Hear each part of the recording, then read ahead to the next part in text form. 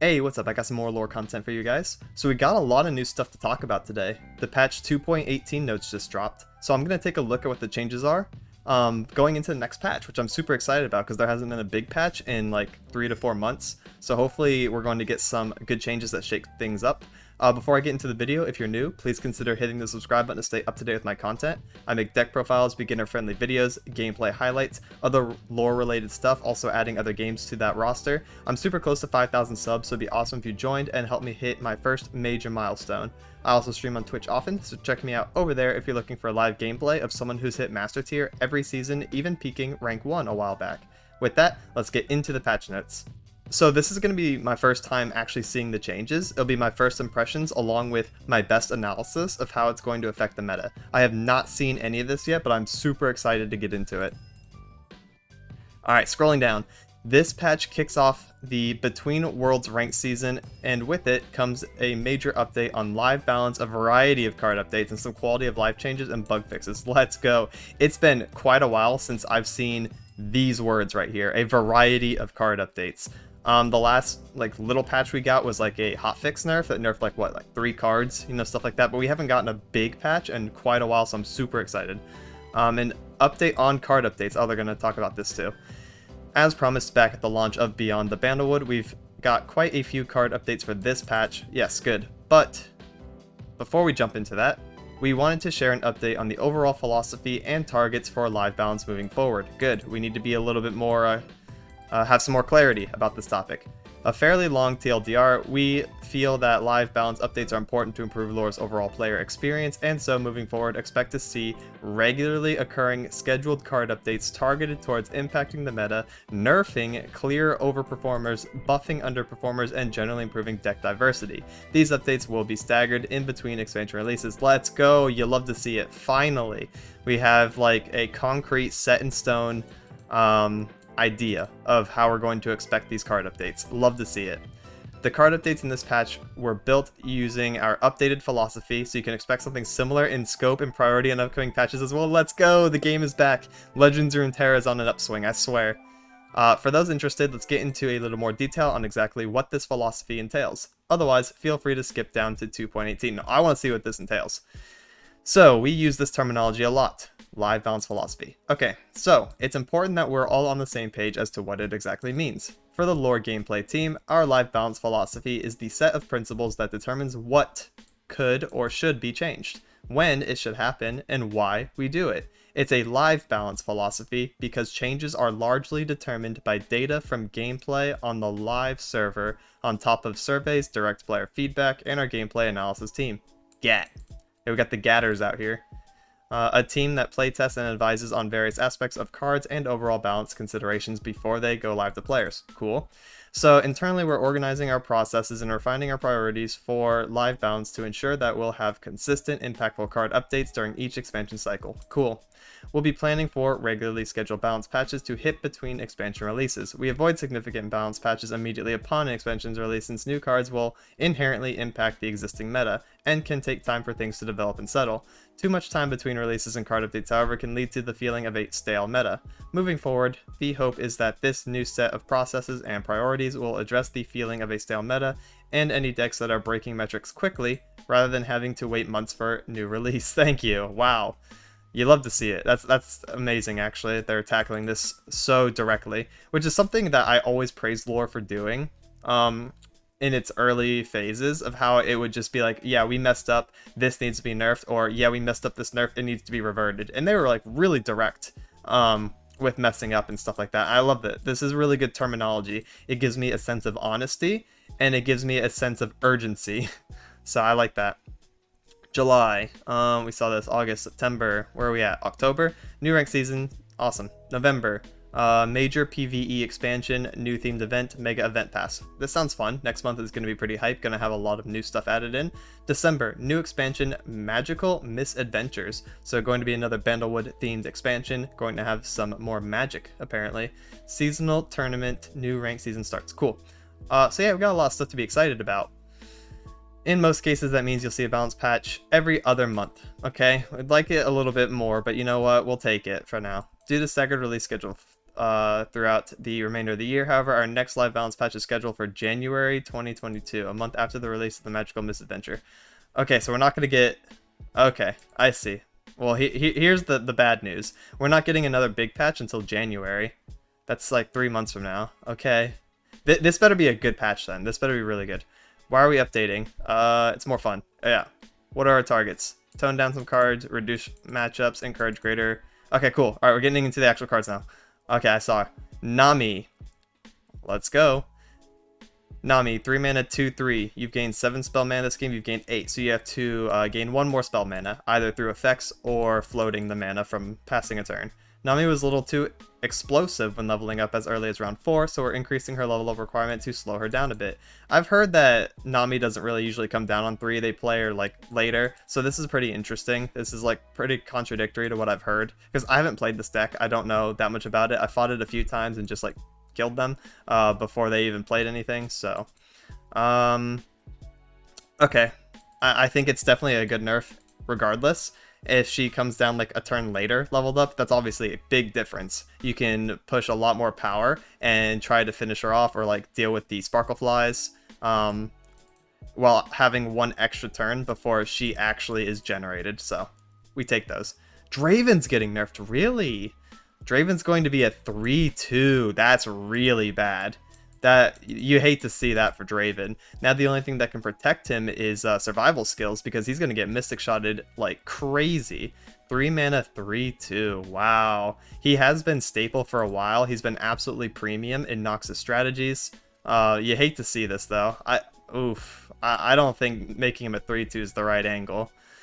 We're bringing down Draven's health to reduce his overall power without impacting his exciting axe juggling elements. Dude, he's never going to live. What do you mean? His exciting axe juggling elements are never going to exist because he's going to die frame 1 on summon to everything. Oh, that's really rough for Draven. Tristana.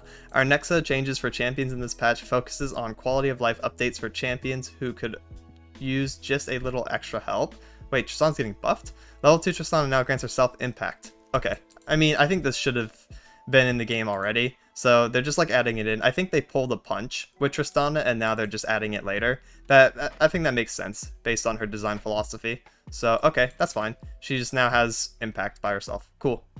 Nocturne, please be a buff. Come on, we need him. Level 2 Nocturne now retains Nightfall. Grant an enemy vulnerable and give enemies -1/-0 this round. Wait, what? Nightfall, grant an enemy vulnerable. Other allies you have fearsome when you play unit. Level 2 Nocturne now retains his Nightfall on summon effect. Did he actually not have that? If so, that's kind of silly. Okay, sure.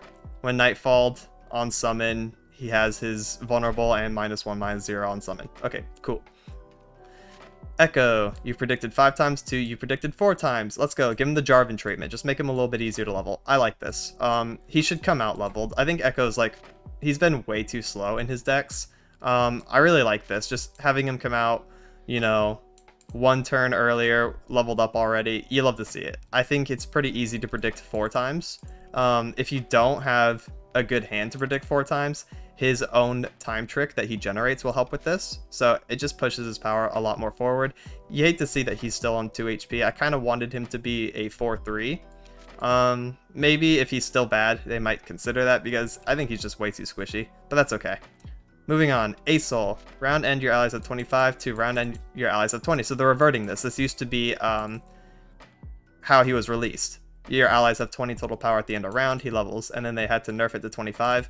Asol has been out of the meta for a while, ever since Fangs hit and Rope Snake hit back in Azir Aurelia, Thresh Nasus, and Shyvana Asol meta.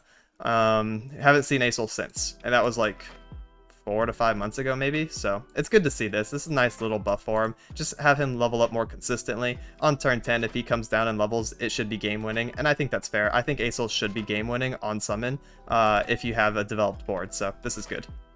Renekton, I've dealt 12, I've dealt 10. Whoa. We're going to level Renekton a little bit easier. 2 more damage. Okay. So I don't know the card combinations that make this easier. I don't really play Super Renekton decks that use Shape Stones and stuff like that and amp up his damage, but this is probably pretty good change. Pretty easy to do. So I like that. I think giving Renekton a little bit more power in mid-range decks is awesome. Maybe we see a comeback of Renekton Sedge. A really fun overwhelm mid-range deck. I'd probably like to update that actually and play that a little bit. That deck is a lot of fun. This looks like it'll be perfect. Awesome. Lux. Wow, they're changing her cost. Now this is really rare.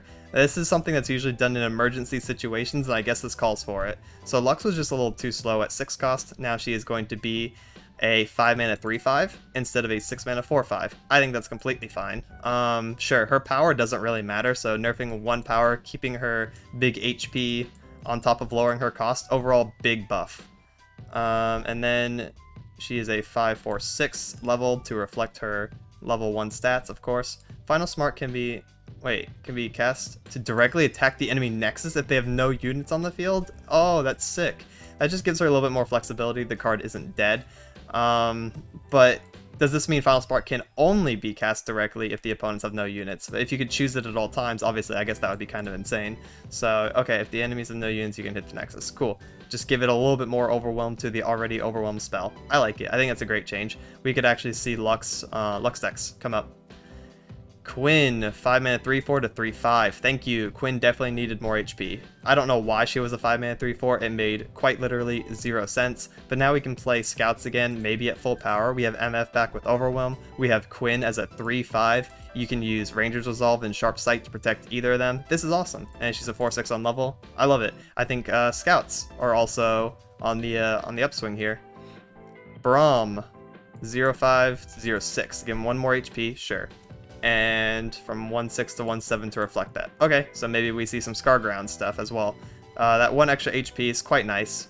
He doesn't get hit by Thermal Beam as easily. He doesn't get hit by like 1 damage and then Ravenous Flocked. He has to get hit by 2 damage and then Ravenous. So that's pretty nice. I think that 1 HP actually goes a long way. So moving away from champions, we have other cards. We have Sparklefly going from 2 to 3. Now this is absolutely massive. This not only means it comes out 1 turn later, costs you 1 more mana to play from hand, but it also means, and everyone's thinking this, you cannot summon this from a Phelios gun anymore. No more Crescendum Sparklefly. That is huge. That is amazing. We cannot abuse that anymore. We, as in, not me, I've never done that before. But this now means that Crescendum's best target is Eye of the Dragon from Ionia. That's pretty interesting. Sparklefly no longer as good, cannot be used, cannot be summoned. This is a huge nerf. I think Nami Zoe actually dies as is. This is really bad. Wow, that is like literally deck killing. Sparklefly's combination of Lifesteal and Elusive made it an extremely effective as a buff target when resolved early. We're increasing the cost to bring it more in line with similar effects. Yeah, you just murdered it. Let's go. No more Butterfly ever. Twinblade Revenant, Challenger to Fierce. Oh, it doesn't have Challenger anymore? Wait, that's so big. Just randomly give it Fearsome instead. That completely changes the design philosophy of the card. Wow, this is such an interesting change. I've never seen something like this before. What a cool nerf. Challenger just gave it way too much value. It would die, resummon Twin Souls. Or not resummon, but put it in your hand. And Twin Souls would get discarded. You have another Revenant with Challenger. It was just annoying because it was just like perma removal. But now it's like a unit instead that you can block and kill, or you can not worry about because it's not going to kill your priority units with its 4 attack Challenger body. It just doesn't have it anymore. Twinblade Revenant is proving a bit too effective at shutting down enemy boards. Yeah, you think? It's literally a pseudo-infinite resource. We're swapping our Challenger for Fearsome to retain the Revenant's role as a recursive threat. Cool. So it's still pseudo-infinite. It's just now a pseudo-infinite Fearsome instead. Tenor going from 1/3. That's a pretty big nerf. 3/2 to 3/1. That's a pretty big nerf. So 1 attack here, 1 HP here. Wow, that's really rough. 1 less damage, 1 less HP. 2 stat overall. This dies to make it rain. This literally doesn't do damage anymore. Yikes.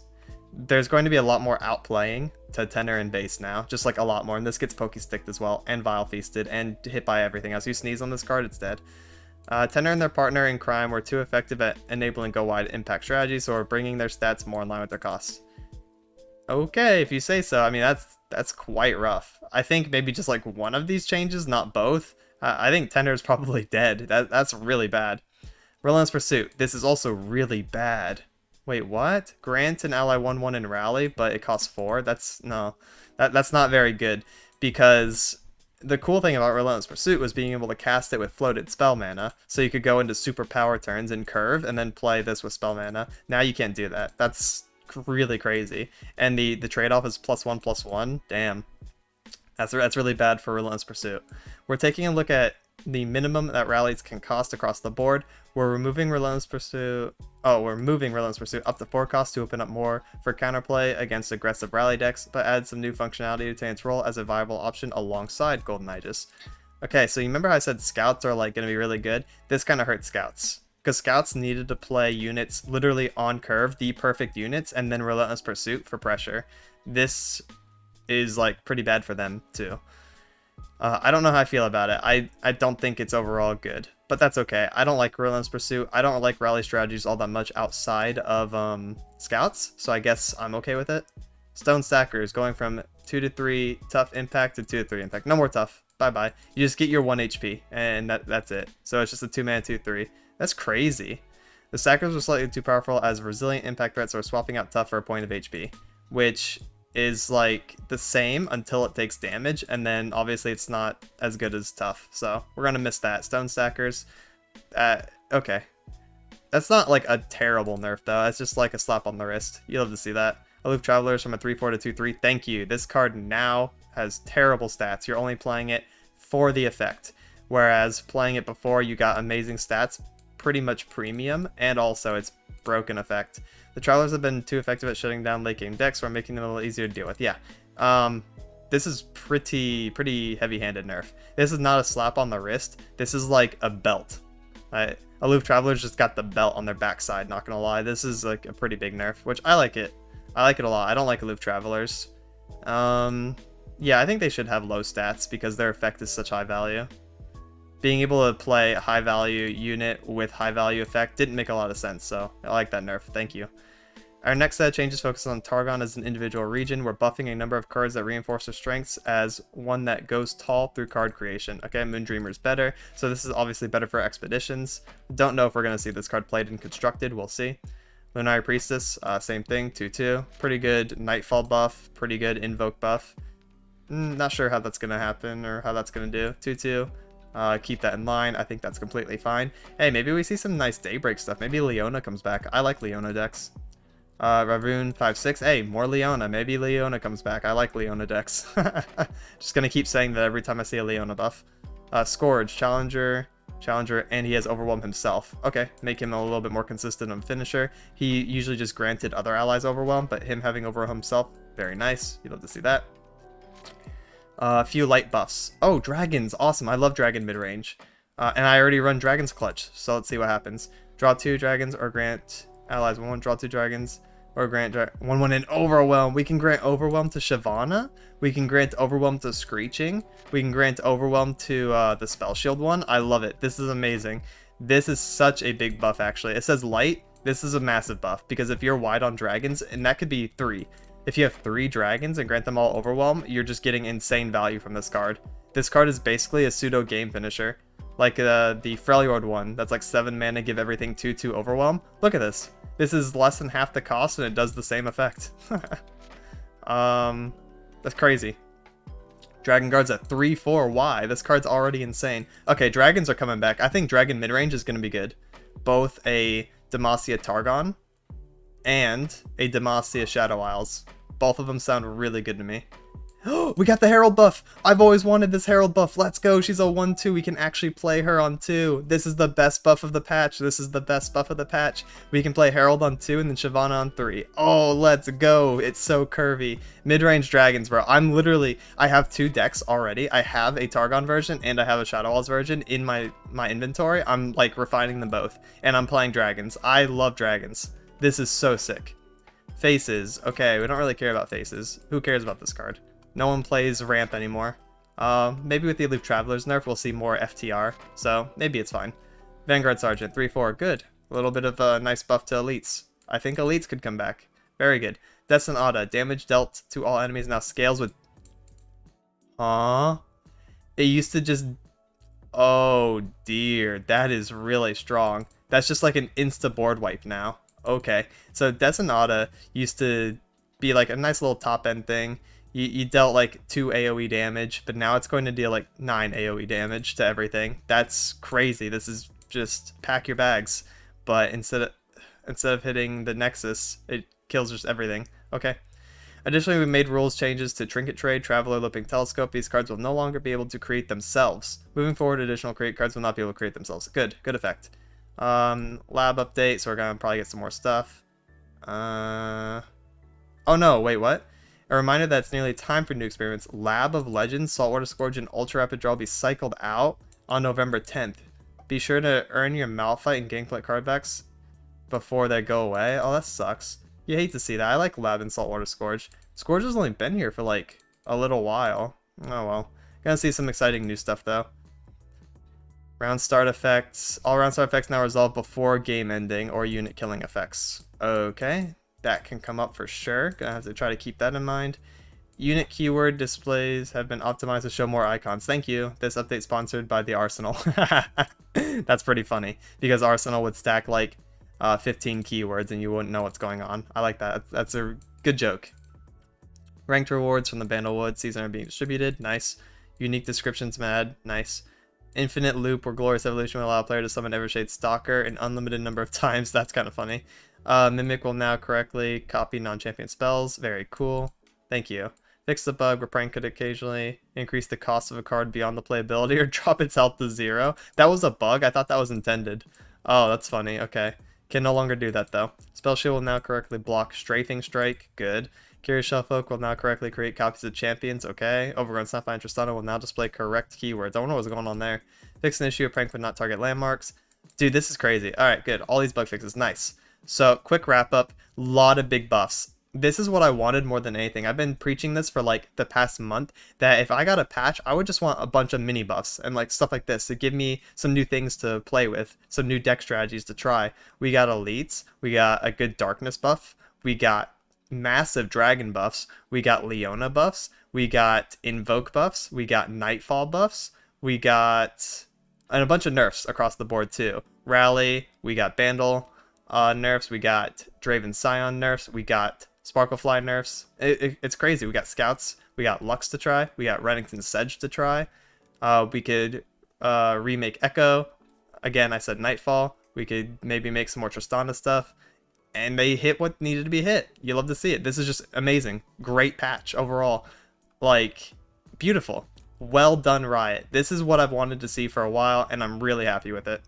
And that's it for this one. Please like and subscribe if you thought this video was informative or entertaining. It really helps me out since I'm still trying to grow. I'll be releasing more deck profiles, guides, and gameplay highlights in the near future. Thank you so much for watching and have a good one. Laters.